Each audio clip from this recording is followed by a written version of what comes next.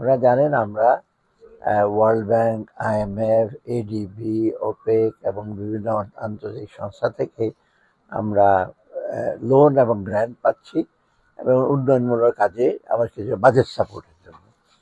এটা annual general meeting খুব important, কারণ সবাই তারা আসে এবং আমাদের আসার এবার উদ্দেশ্য হলো যে গতবার অনেকগুলো লোন নেগোসিয়েশন আমরা করেছি এবং সেইগুলোকে ফলো আপ করা এবং এটা ভবিষ্যতে আরো কি কি থাকবে সেটা আলোচনা করা।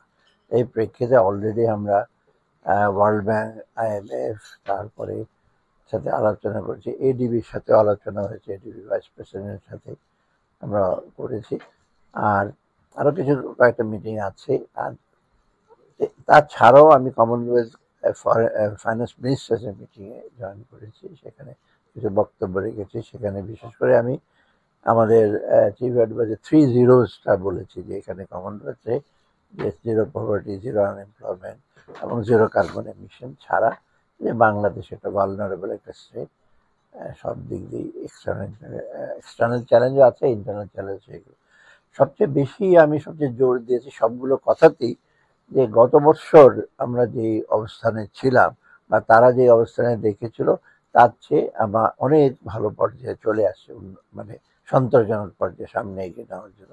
সেখানে macro economic stability, foreign exchange market, foreign reserve, inflation কমেছে, তারপরে আপনার মোটামুটি ব্যবসায় কিছুটা গতি আসছে, ফরেন ইনভেস্টমেন্টের জন্য গতি আসছে।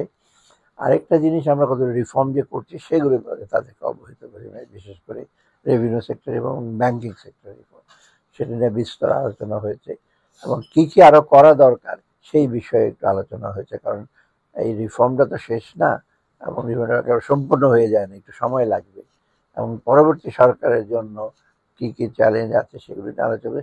তারা হয়তো যে হয়তো পরে নতুন গভর্নমেন্ট আছে তাদের সাথে আরো ফলো আপ গুলো আর একটা ইসে করবে। এই হলো আমাদের মোটামুটি ইসে। এই পর্যন্ত আমাদের যে কথাবার্তা মোটামুটি সাফল্য আমরা।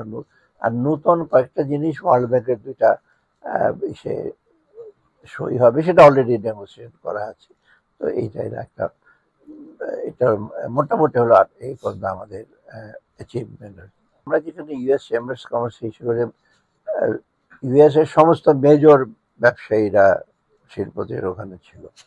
এটা অনেক, আমাদের যে চেম্বার অফ কমার্স তার তুলনায় অনেক বিশাল ব্যাপার ওদের, মানে আপনি অফিস দেখেই বুঝতে পারবেন খুব ফর্মাল অফিস।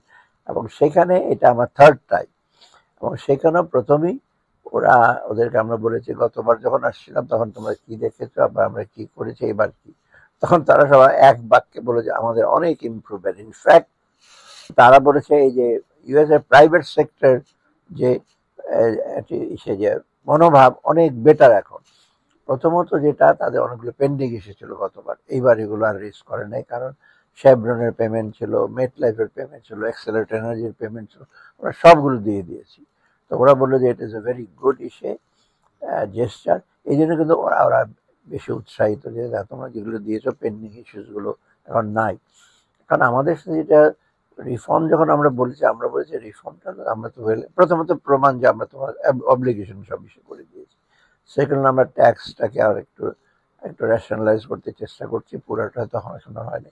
ডাবল ট্যাক্সেশনের প্রবলেম আছে তাদের, কিছু কিছু জায়গায় ওরা বলেছে যে কিছু কিছু ট্যাক্স একটু হাই, বিশেষ করে যে কার্বোনেটেড ড্রিঙ্কের জন্য ওটা একটু বেশি হাই, কোকা-কোলা বললো।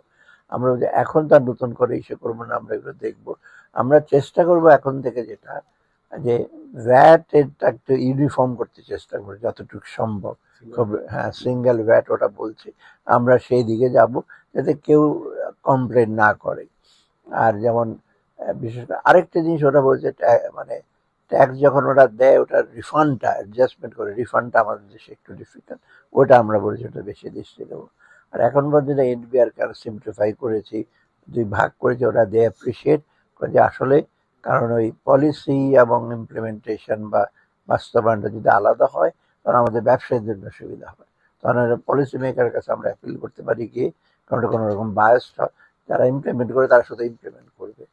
অতএব আর এদিকে ব্যাংকিং সেক্টর নিয়ে কথা হচ্ছে, তাহলে ব্যাংকিং সেক্টর এখন ওরা বলেছো LC করতে কোনো অসুবিধা নাই এবং ফরেন এক্সচেঞ্জ মার্কেটে ফরেন এক্সচেঞ্জ অ্যাভেলেবল এবং ওরা এই ব্যাপারে ওদের সন্তুষ্টি প্রকাশ করে। তবে ওরা হচ্ছে ফরেন ডাইরেক্ট ইনভেস্টমেন্ট আনার জন্য আরেকটু ফ্রেন্ডলি করতে হবে, ইনভেস্টমেন্ট ফ্রেন্ডলি, দ্রুত যাতে যাতে আপনার ইসা হয়, ক্লিয়ারেন্স। আমরা তো সিঙ্গেল উইন্ডোর কথা বলেছি। তো সার্বিকভাবে দে আর ভেরি পজিটিভ।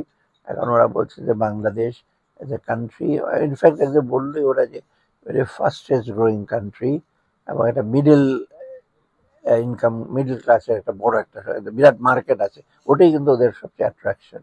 যেমন ইন্ডিয়াতে একটা মিডল ক্লাসের বিরাট মার্কেট, আর মিডল ক্লাসের লোকজনই তো নানা রকম খাদ্যদ্রব্য ছাড়াও তাদের ডিমান্ড আরো বেশি, তাই না? অন্য অর্থাৎ এই প্রসপেক্টটা, মার্কেট প্রসপেক্টটা ভালো। এই জন্য ওরা দে আর পজিটিভ। আমরা বলি যে ভবিষ্যতে ওরা আরো চেষ্টা ইচ্ছে করে ইনভেস্ট করতে চায়। অর্থাৎ রিলেশনশিপটার ব্যাপারে ওরা জোর দিয়েছে, কন্টিনিউটি অফ দ্য পলিসি জোর দিয়েছে, আর কনসলিডেশন, আমি যে রিফর্ম করে বলছি ওরা আর কিছু সুসংহত করা। না, এটা কনফিডেন্ট। দেখেন চট্টগ্রাম বন্দরটা আপনি দেখবেন কস্ট একদিকে বেড়েছে, কিন্তু আপনি সার্ভিসটা কি পাচ্ছেন?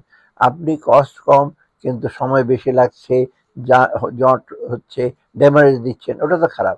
এটার জন্য তো চেষ্টা করা হয়েছে। পৃথিবীর অন্য দেশে কিন্তু পোর্ট চার্জ খুব কম না, সব দেশেই কিন্তু খুব দ্রুত। যেমন আপনি গার্মেন্ট ইন্ডাস্ট্রির লোকেরা কমপ্লেন করে আমাদের অনেক রেট অফ ইন্টারেস্ট বেশি। আরে আপনার যদি উৎপাদন করার দ্রুত যদি চিটাগাং পোর্টে পৌঁছাতে পারে, দ্রুত যদি শিপমেন্ট করতে পারে, তো আপনি কষ্ট বেঁচে গেলেন। আপনি রেট অফ ইন্টারেস্ট বেশি দিলেন, কিন্তু ওইদিকে যে কস্টগুলো আছে এগুলো ক্যালকুলেট করেন, টোটাল কস্ট। হ্যাঁ, হ্যাঁ, অনেক সময় এয়ার ফ্রেটে দিতে হয় অনেক। ওই যে আপনার স্টক লক হয়ে যাওয়ার ভয় আছে না, তখন তারা অনেক সময় এয়ার ফ্রেটে পাঠিয়ে দেয়। অতএব এই কনসিডারেশন আমি মনে করি ব্যবসায়ীদের একটু এই ব্যাপারে একটু আরেকটু হিসেবে চিন্তা ভাবনা করতে হবে, যেটা করতে বাধ্য না তো সার্ভিস পাবেন না। সার্ভিস ইমপ্রুভ করতে হলেই কিন্তু, কারণ আপনাদের দ্রুত করতে হলে আমাদের যে বিভিন্ন লোক দিচ্ছে, আমরা যে আরেকটা টার্মিনাল করব, এতে কষ্ট লাগবে তো। অথবা এগুলো করতে এগুলো কি মানে জনগণের নিজের পয়সা দিয়ে সব করবেন? আপনি সার্ভিস থেকে দেবেন, কারণ আপনি সার্ভিস পাচ্ছেন।